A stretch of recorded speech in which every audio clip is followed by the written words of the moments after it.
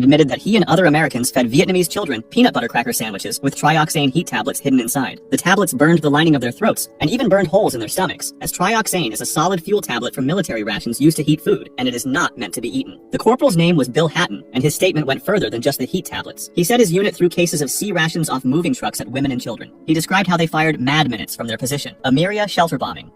At 4:30 in the morning on the 13th of February 1991, two U.S. Air Force stealth bombers dropped laser-guided bombs on public shelter number 25 in Baghdad's Amiria District. The shelter had been built during the Iran-Iraq War and was used by families for protection. On that night, it was crowded with hundreds of civilians, including women and children, trying to survive the Gulf War air campaign. The first bomb cut through 9.8 feet of reinforced concrete before exploding. Minutes later, the second bomb followed the same path and detonated inside. People outside heard screams for several minutes, then silence. Inside, more than 400 civilians were killed. Those on the upper floors were burned alive instantly, while others died when boiling water from burst tanks scalded them. Survivors described blackened handprints fused to ceilings, corpses melted together into blocks of flesh, and a layer of human fat floating on the water pumped in by firefighters. The U.S. military later said they believed the shelter had been turned into a military command post, and they pointed to intercepted signals and surveillance reports as proof. But even some senior U.S. officers doubted this evidence, calling it circumstantial. Human Rights Watch and journalists who visited the site found no trace of military use, and they reported that the shelter was clearly marked as a civilian refuge. Today, the ruins stand as a memorial, with photographs of the dead on the walls. Charred handprints and burned ceilings remain in place. A woman named Greta, who lost 8 children in the bombing, became the caretaker and guide for visitors. Laconia Incident.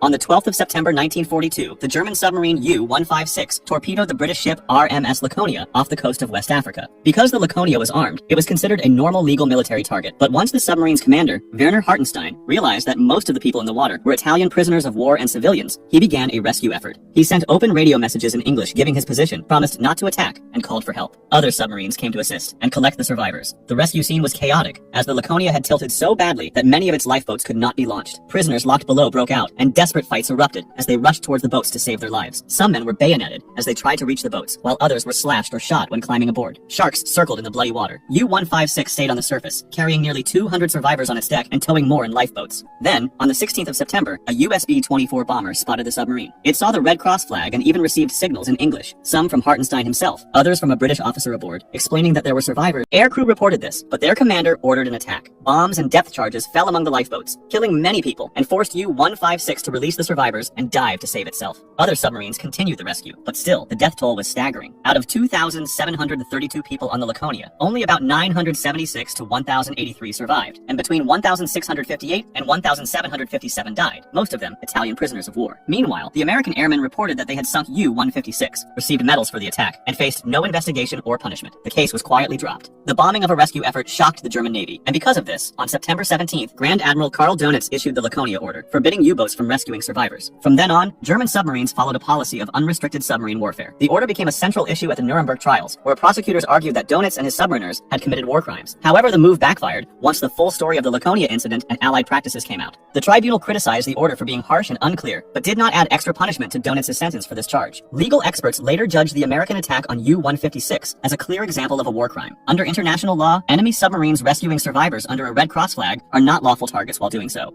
Maywand Kill Team.